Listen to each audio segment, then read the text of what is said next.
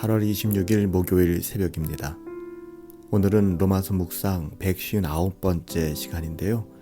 로마서 12장 1절부터 2절을 정리하는 시간입니다. 불신자들 중에는 위대한 지도자와 스승도 있죠. 하지만 우리가 꼼꼼히 살펴보면 그들에게는 영적인 거룩한 동기를 찾아볼 수가 없습니다.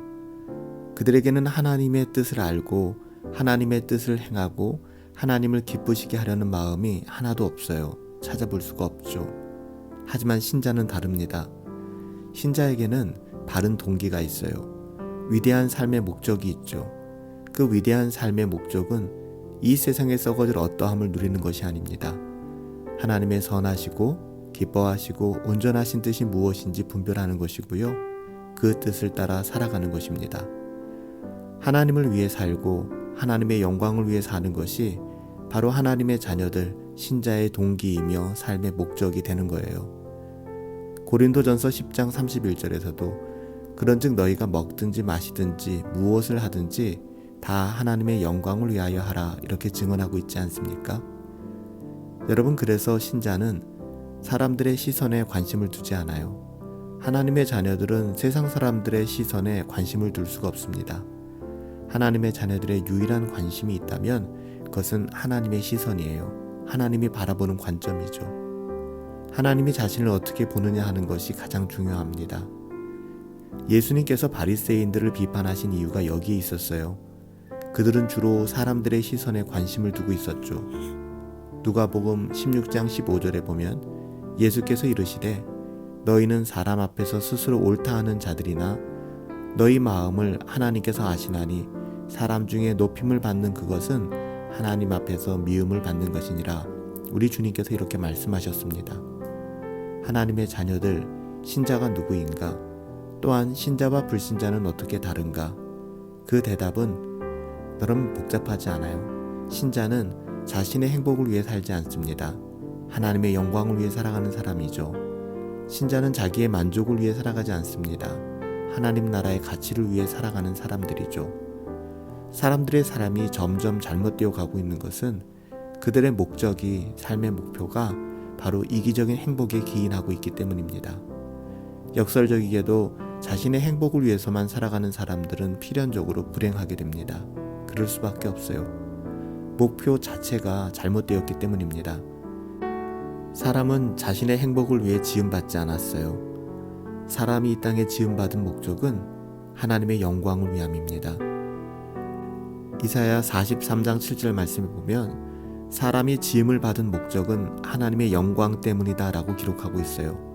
내 이름으로 불려지는 모든 자, 곧 내 영광을 위하여 창조된 자를 오게 하라. 그를 내가 지었고 그를 내가 만들었느니라. 하나님의 영광을 위해서 살기 위해서는 여러분 무엇이 필요할까요? 그래요, 하나님의 뜻을 분별해야만 합니다. 타락한 사람, 거듭나지 않은 사람은 결코 하나님의 뜻을 분별할 수가 없죠. 하나님의 자녀들, 거듭난 신자만이 하나님의 뜻을 분별할 수 있는 것입니다.